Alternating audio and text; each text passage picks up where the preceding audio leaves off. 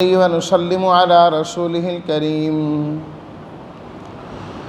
أما بعد فأعوذ بالله من الشيطان الرجيم بسم الله الرحمن الرحيم من ذا الذي يشفع عنده إلا بإذنه صدق الله مولانا العظيم اللهم صل على سيدنا ومولانا محمد وعلى آل سيدنا ومولانا محمد وبارك وسلم من کون ہے یعنی کوئی بھی نہیں، یشفع شفاعت کرے، سفارش کرے، الا باذن، اذن کہتے ہیں اجازت کو، الا باذن ہی مگر اس کی اجازت کے ساتھ۔ ترجمہ یہ ہوگا، کون ہے جو سفارش کر سکے اللہ کے ہاں مگر اس کی اجازت کے ساتھ۔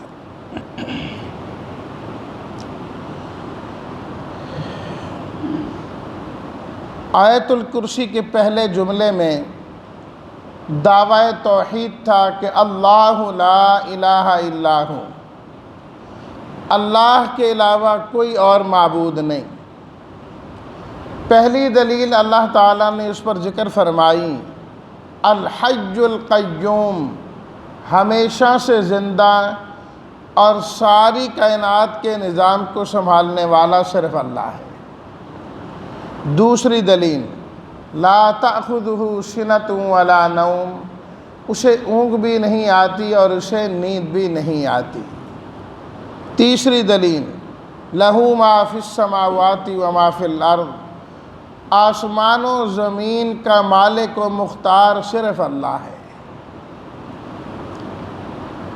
اب اس کے بعد چوتھی دلیل بیان کی جا رہی ہے، من ذا الذی یشفع عندہ الا باذنہ، کہ اللہ ایسے حاکم ہیں، بادشاہ ہیں، ملک ہیں کہ اس کے سامنے کسی کو دم مارنے کی بھی اجازت نہیں، کوئی اپنی منمانی کیا کر سکے، وہاں تو ذرہ برابر کسی کو بولنے کا اختیار بھی نہیں ہے۔ یوم یأتی لا تکلم نفس الا باذنہ، فرمایا کہ وہ تو ایسا دن ہوگا اللہ کی اجازت کے بغیر کوئی بول بھی نہیں سکے گا، کسی کو بولنے کی اور کلام کرنے کی اجازت بھی نہیں ہوگی، اور نہ کسی میں یہ جرت ہوگی کہ اللہ کی دربار میں اللہ کے سامنے اس کی اجازت کے بغیر بولنا شروع کر دے۔ چہ جائے کہ کوئی آدمی اپنے بندے کو جو اللہ کا مجرم ہے زبردستی چھڑا لے۔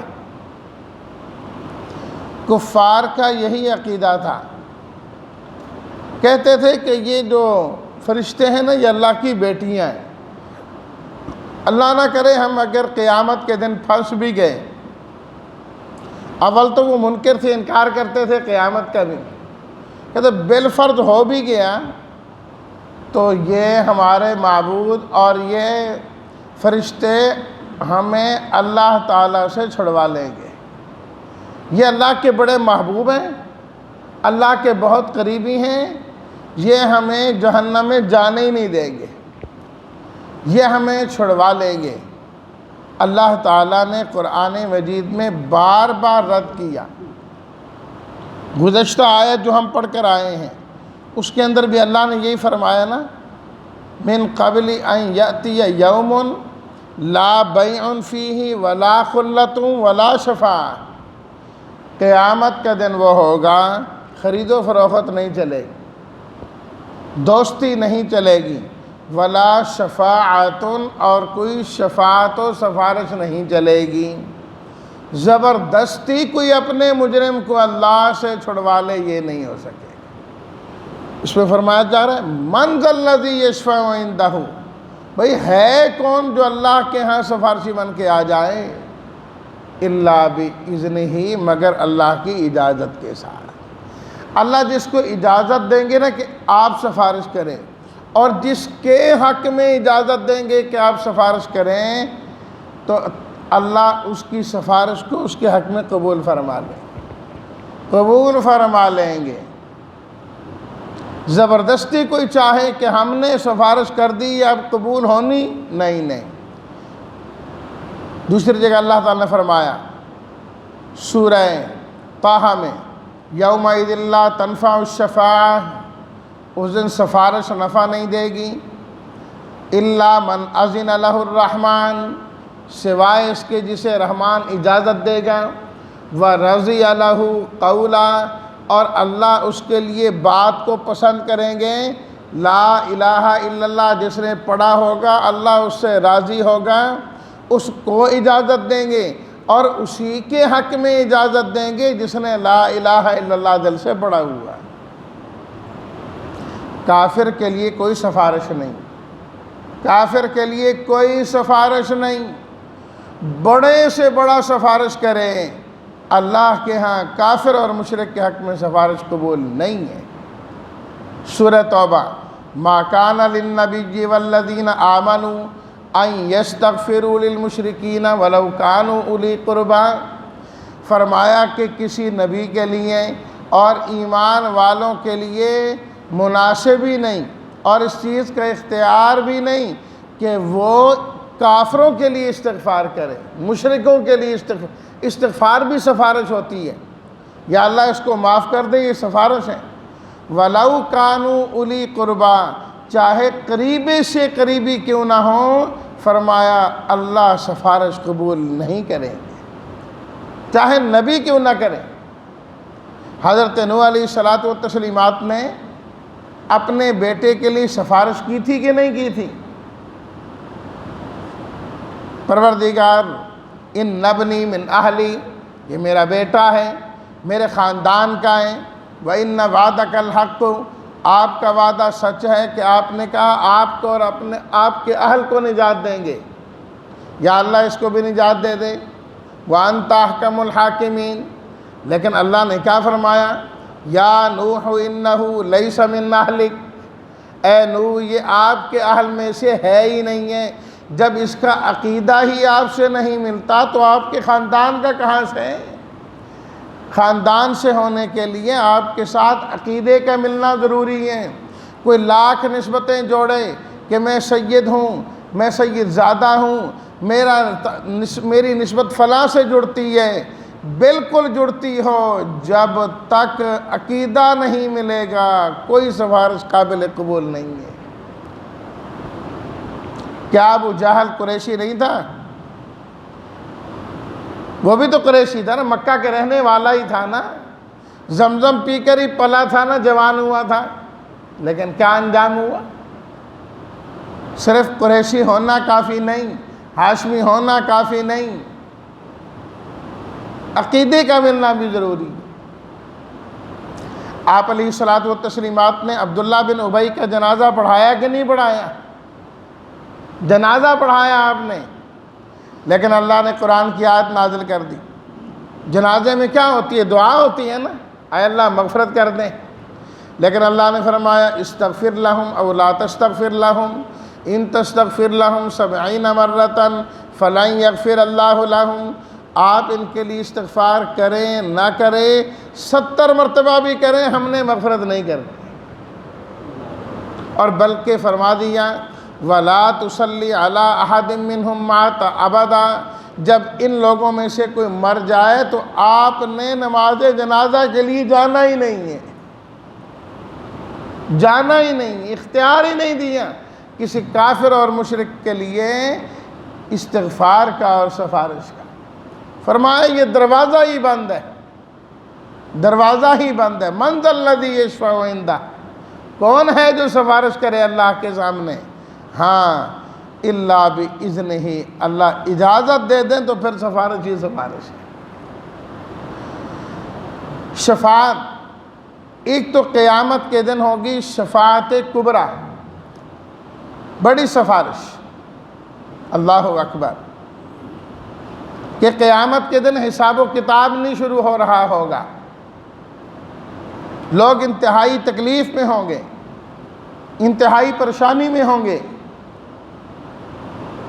پسینے میں ڈوبے ہوئے ہوں گے، سورج بالکل قریب ہوگا سر کے پاس۔ اللہ اکبر، آج اتنا دور ہے تو گرمی کا کیا عالم ہوتا جب بالکل سر کے اوپر ہے۔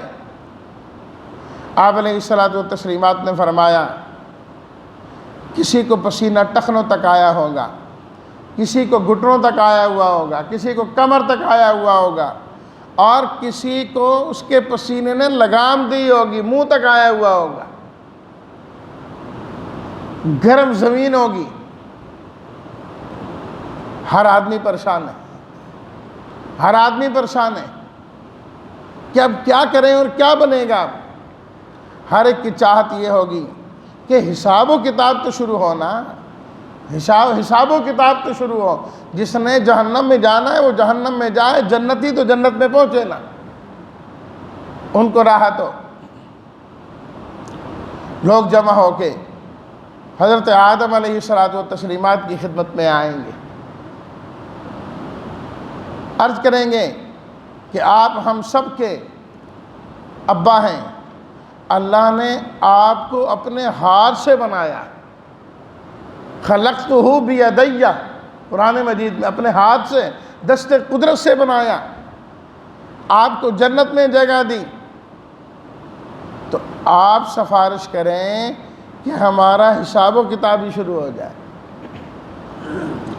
وہ فرمائیں گے لست لہا، میں آج یہ کام نہیں کر سکتا، کیونکہ اللہ تعالیٰ نے مجھے منع کیا تھا لا تقربا هذه الشجرۃ، اس درخت کے قریب نہ جانا، میں چلا گیا، اس لیے میں نہیں کر سکتا۔ حضرت نوح علیہ السلام کے پاس جائیں گے، حضرت ابراہیم علیہ السلام کے پاس جائیں گے، حضرت عیسیٰ علیہ السلام، مختلف انبیاء کرام کے پاس۔ آخر کار نبی کریم صلی اللہ علیہ وسلم کی خدمت میں حاضر ہوں گے، جی آپ ہی سفارش کر دیجئے۔ آپ علیہ السلام فرمائیں گے ہاں یہ کام میں کر سکتا ہوں، اختیار ہے۔ آپ علیہ السلام نے فرمایا میں اللہ تعالیٰ کو سجدہ کروں گا، اللہ اکبر، سجدہ کروں گا اللہ کو،